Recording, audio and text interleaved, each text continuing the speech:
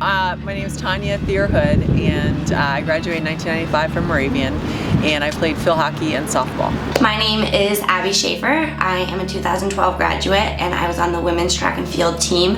I was a pole vaulter. Stephanie Kennedy. I graduated in 2006, and I played basketball. And my name is Denise Torma. I graduated from Moravian in 1977, and I participated in badminton, volleyball, and tennis.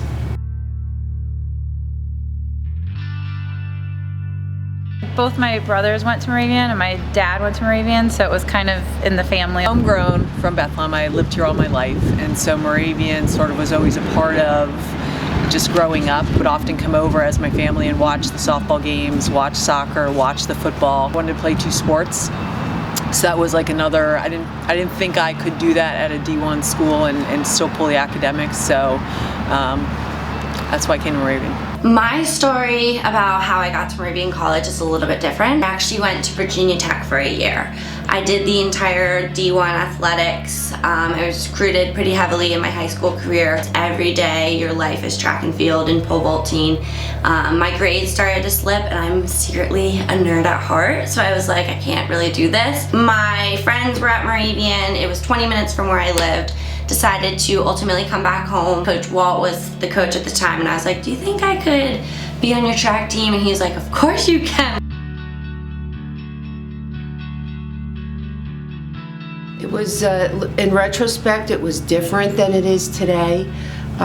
When I was participating in sports, we had to share uniforms. We didn't have a lengthy schedule like the athletes do now. We used our own cars to travel to sites for games. It was just very, very different than it is today. Many more opportunities today. Initially, when we started softball and hockey here, like the records weren't that great.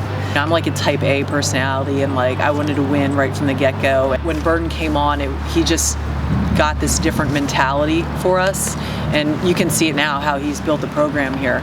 Being a student athlete was probably the best decision I ever made in my life. It opened the doors to so many different opportunities for me. The amount of people I met during my track and field life was amazing, not only through the immediate Moravian community, but also throughout the entire track community. Surprisingly, it was time management outside of basketball.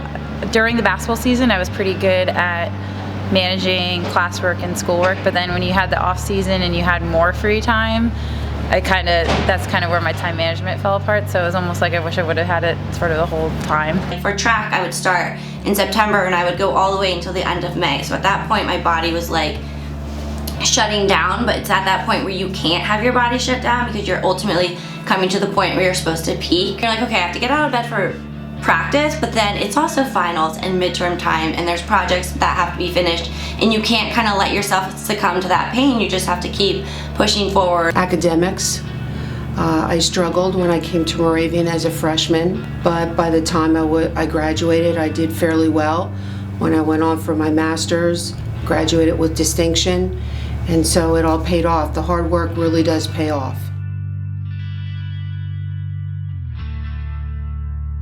I think I definitely got to put in John Byrne and Scott Dapp here because he made playing sports fun, and they're just great role models, and they've continued to be 20 years later.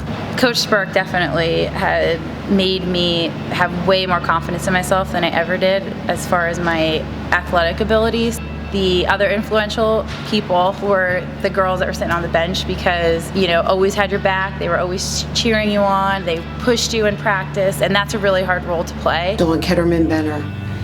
She was my teacher here at Moravian. She was my coach for volleyball and tennis.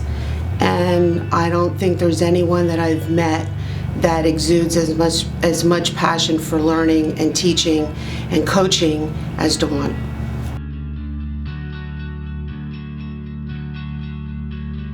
Just learning delayed gratification. You have to realize that not everything is going to be handed to you. You have to be able to work at things to make sure that you're going to succeed in life, and not only on the track where you have to keep putting in the work and doing those practices and making yourself faster and stronger to ultimately win those games, but you have to be able to put that into your real life as well. Like, And it's after that you actually, when you start having a career and family and kids and all this kind of like things start happening, that you really see where what you learned, where it's coming into play. Just time management definitely helped, but being a leader and just kind of taking on more responsibility and knowing that I can. Being disciplined, having that great work ethic. I teach now and coach now, and so I always try to instill those aspects into my kids. Moravian, I learned about teamwork. I learned about how to win and how to lose gracefully. I learned about time management and organization, and those are all skills that I use today in my role as an assistant superintendent. Even if you have those days where you're kind of down or you don't feel like playing or you think something's a waste of time, push through and do it anyway, because at the end of the career, you're not even going to remember those days. You're going to remember the best moments, and those are what stay with you. Enjoy the camaraderie, like the bus trips, the dinners, is just being a part of something, whether it's sports or music or whatever it is. You share those same passions with people who are there with you. Take advantage of the opportunities that are afforded to them, both academically, athletically, socially, the whole realm of being a person, a well-rounded person, and also to ask questions and be inquisitive and always try to learn more and push yourself to do better. you can't lose your passion for the sport. Being a Division III athlete, you're doing it because you care about it. You're doing it because you want to continue your sport for an additional 4 years. It's not because you're on a full ride or somebody's making you practice 7 days a week. It's because you still have that sport in your heart and you want to continue that.